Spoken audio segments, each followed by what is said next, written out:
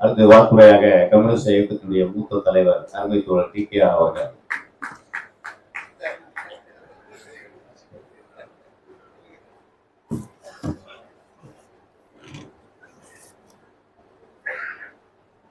எனக்கு முன்னாலே இங்கே உரையாற்றி அமர்ந்திருக்கக்கூடிய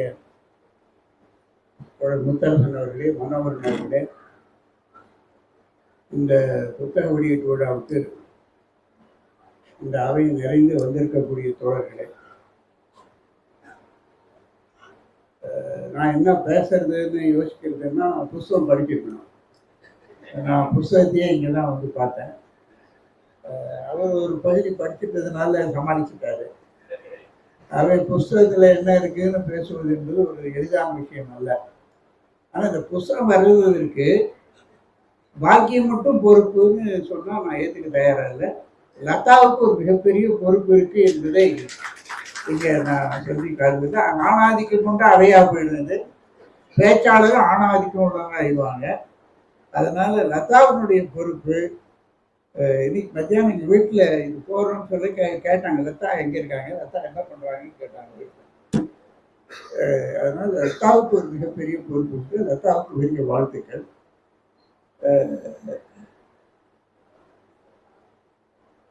இந்த இப்போ உலகம் முழுவதும் ஒரு வலதுசாரி போக்கு இருக்கு.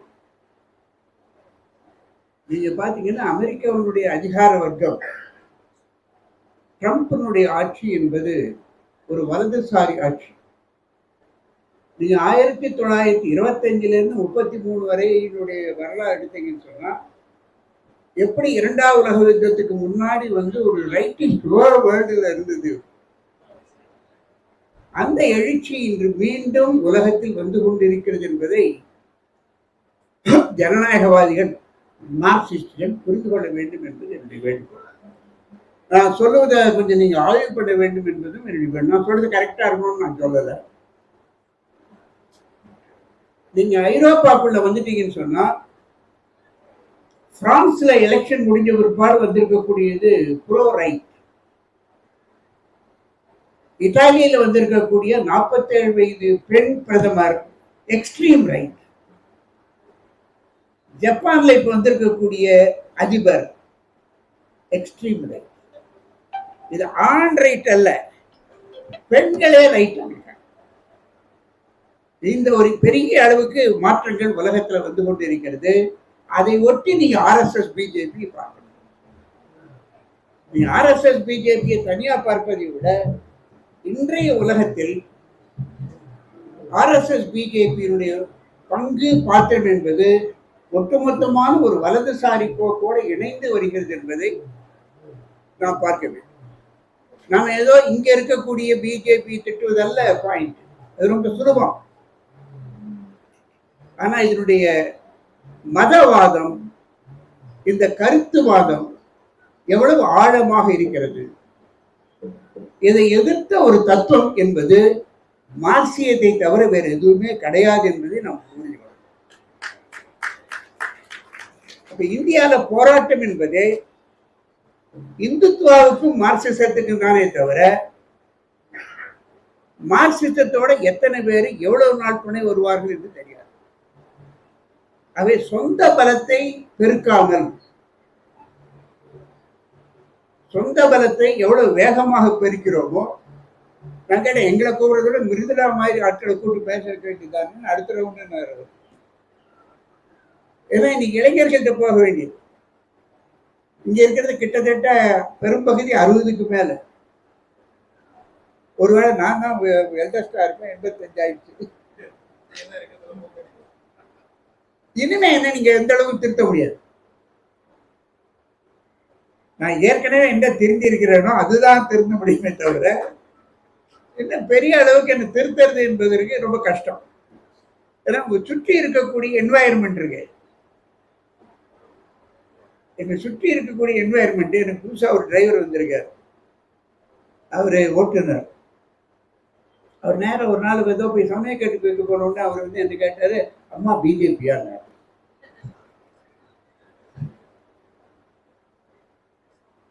இங்க இருக்கக்கூடிய உலகமே பிஜேபிக்குள்ள இருக்கீங்க, மதத்துக்குள்ள இருக்கீங்க, கடவுள் நம்பிக்கைக்குள்ள இருக்கீங்க என்பதை நம்ம மறந்துடக்கூடாது.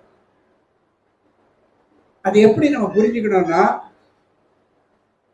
சீன கம்யூனிஸ்ட் கட்சியினுடைய தலைவர்கள், அதனுடைய மத்திய கமிட்டி உறுப்பினர் ஒரு போலிட் பியூரோவோட இந்த மாதம் 13ஆம் தேதி RSS ஓட பேச்சுவார்த்தை நடத்திருக்காங்க. ஒரு பெரிய விவாதம் அவங்களுக்குள்ள நடந்தது. அதே மாதிரி சீனாவிலிருந்து வரக்கூடிய ஏராளமான இளைஞர்கள் நம்முடைய ஒவ்வொரு மொழியை பற்றியும் தெரிந்து கொள்றார்கள். நமக்கு துர்பாகியவசமாக தமிழ்நாட்டில் ஹிந்தி ஒத்து வரமாட்டோம், ஹிந்தி படிக்கக்கூடாது, நம்ம வேற ஒரு என்வாயர்மெண்ட்லேயே வளர்ந்துருக்கோம். நான் உத்தரசன் கிட்ட கூட சொன்னேன்,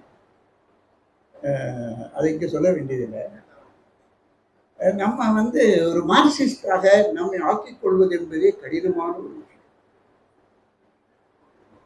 நம்ம ஒரு மார்க்சிஸ்ட் ஆவதற்கான ஒரு போராட்டத்தை நடத்தாமல் இந்த புத்தகங்கள் படிப்பது மிக மிக தேவை. அதே நேரத்தில் நம்ம ஒரு வலதுசாரி சிக்கல்ல மாட்டி இருக்கிறோம். நம்மை சுற்றி ஒரு வலதுசாரி போக்கு வளர்ந்து கொண்டிருக்கிறது. இன்றைய உலகம் ஒரு வலதுசாரிக்குள் சென்று கொண்டிருக்கிறது. இது யுத்த வெறியோடு இருக்கிறது. நீங்க உலகத்தினுடைய பல பகுதிகளில் யுத்தம் நடந்துகிட்டே இருக்கு. பழைய மாதிரி 3வது உலக யுத்தம் வராம போகலாம். ஆனா மிடில் ஈஸ்ட்ல யுத்தம் நடக்குது, அமெரிக்காவும் ஐரோப்பால யுத்தம் நடக்குது. இப்படி ஒவ்வொரு கான்டினென்டா ஒவ்வொரு தளமா நீங்க பாத்தீங்கன்னா யுத்தம் நடந்துகிட்டே இருக்கு.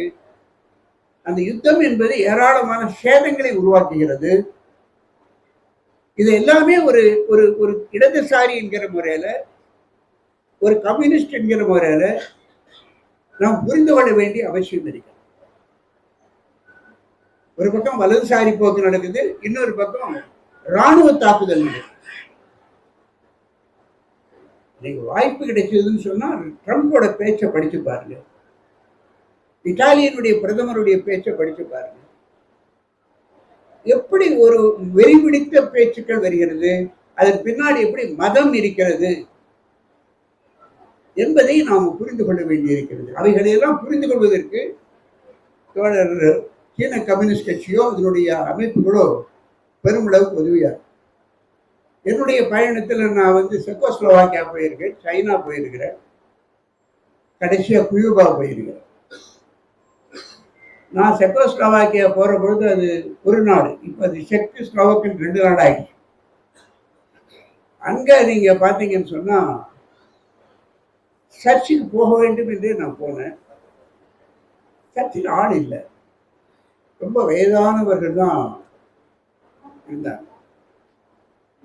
ஆனா செக்கோஸ்லோவாக்கியால சோசியலிசம் போய் 2 நாடான உடனே அங்க இருக்கக்கூடிய எல்லா சர்ச்சுகளையும் ஜனங்க போக ஆரம்பிச்சு. அப்ப நீங்க வலியுறுத்தி எதை சொல்லியும் ஜனங்களை நிறுத்த முடியாத ஒரு மனோநிலை என்பது அங்கு மட்டுமல்ல, சைனால தாராளமா அனுமதிக்கிறாங்க. சைனால என்ன பண்றாங்க, பாட புத்தகத்தில் அதை சேர்க்கிறாங்க. ஆகவே சீனால ஒரு நாட்டில் சோசியலிசம் வந்தாச்சுன்னா உடனே நாத்திகம் வரும் என்ற அர்த்தம் இல்லை. சோசியலிசம் என்பது எட்கார் ஸ்னோ கேட்கிறாரு, யார்கிட்ட, மாசேத்துங் கிட்ட கேட்கிறாரு, உங்க நாட்டுல சோசியலிசம் வந்துருச்சா, உங்க நாட்டுல ஒரு முழுமையான ஆட்சி வந்துருச்சான்னு இல்லைங்கிறார். சோசியலிசம்னா என்ன? உண்ண உணவு உடுக்க உடை இருக்கிற இடம் தான் சோசியலிசம் சொன்னா ஸ்காண்டினேவியன் கண்ட்ரியில முழுக்க இருக்கு.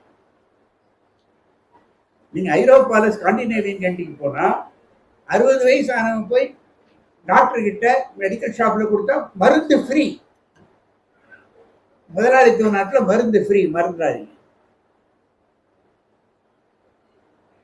என்ன ஸ்காண்டினேவியன் கண்ட்ரி, இன்னைக்கு போனாலும் உங்களுக்கு ஃப்ரீ. இங்க இருக்கிறவங்க பெரும்பகுதியானவருக்கு மருந்து ஃப்ரீ.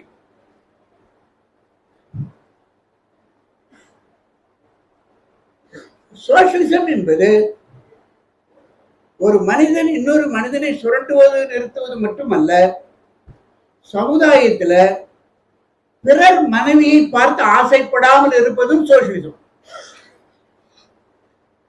நான் சொல்லலை, மாவோ எட்கார் அவர்கிட்ட சொல்றேன்.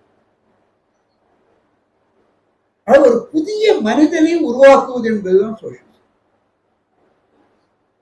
அப்ப நாம இங்கிருந்து இப்ப பயணம் இருக்க, நாம இருப்பது என்பது ஒரு முதலாளித்துவ நிலப்பிரபுத்துவ நாடு என்பதுதான் நம்ம ப்ரோக்ராம் தெளிவா சொல்லி.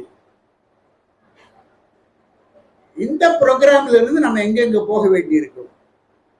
அப்ப போக வேண்டிய பாதையில சீன கம்யூனிஸ்ட் கட்சியை பத்தி வந்திருக்கக்கூடிய இந்த புத்தகம் இருக்க, இது ஒரு பெரிய நமக்கு ஒரு வழிகாட்டி. எழுதுறது என்பது ஒரு சாதாரணமான விஷயம் இல்லை. என்னால் எழுதவே முடியாது. நான் பேசுவேன், டிக்டேட் பண்ணுவேன், எழுத முடியாது.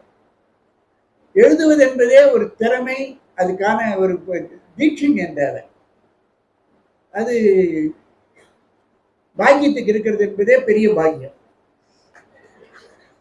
அது நார்மலா எல்லாருக்கும் எழுத முடியாது. நீங்க நிறைய டிக்டேட் பண்ண முடியுமே தவிர எழுதுறதுக்கு. இவர் பெரிய எழுத்தாளர் என்று சொல்றதுக்கான ஒரு அந்தஸ்து தேவைப்படுது. ஒரு கட்டுரை எழுதுறது மட்டும் எழுத, நான் கட்டுரையை விட டிக்டேட் தான் பண்ணுவேன். அதை ஒழுங்குபடுத்தி எழுதுறது என்பது எழுதுறவர்களுடைய திறமை. அது ஒழுங்கா இல்லைன்னா நான் டிக்டேட் பண்ணதுல ஏதோ தப்பு இருக்குன்னு அர்த்தமே தவிர எழுதினவனுடைய கோளாறு அல்ல.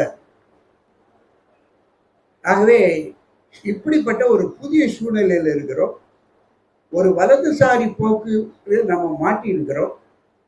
ஆகவே ஒரு மார்க்சிஸ்ட் என்கிற முறையில இன்றைய சூழ்நிலையை புரிந்து கொள்வது மட்டுமல்ல,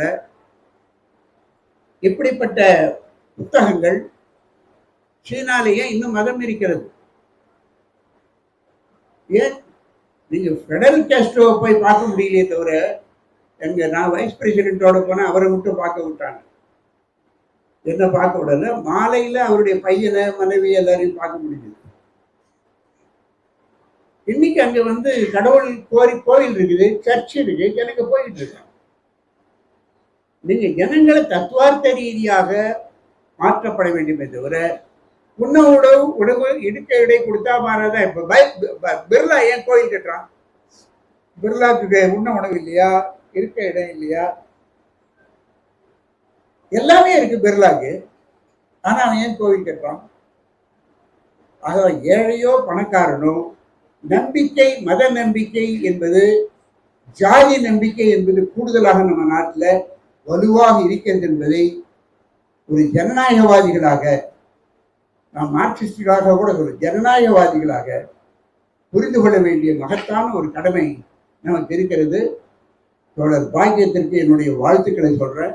மேலும் மேலும் அவர் யோசித்து இப்படிப்பட்ட புத்தகங்களை கொண்டு வருவது, தீக்கதரில் கட்டுரைகள் எழுதுவது, முடிஞ்சா சில கட்டுரைகளை ஜனசக்தியிலையும் போட வேண்டியது என்பது நமக்கு இருக்கக்கூடிய கொஞ்ச இடம்தான். படிக்கிற ஆட்களும் ரொம்ப கம்மி. இதுக்குள்ள நம்ம என்ன பண்ண முடியும் என்பதும், அடுத்த ரவுண்ட் இதே புத்தகத்தை நான் பாக்கியத்திட்ட சொன்னேன். கடவர்களா கூட்டு பேசுவதை விட இந்த மிருதுலா மாதிரி ஆட்களை, மாணவர்களை, இவர்களை கூட்டு பேசுவது என்பது, நாம் அங்கே ஆடியன்ஸாக உட்கார்ந்துக்கிட்டு இவங்க எப்படி சிந்திக்கிறாங்க, இதை படிக்க பிற்பாடு அவங்க சிந்தனை என்னவா இருக்கு என்று பார்ப்பது என்பது தேவை என்று சொல்லி எனக்கு அளித்த வாய்ப்புக்கு நன்றி கூறி என்னுடைய உரையை நிறைவு செய்கிறேன்.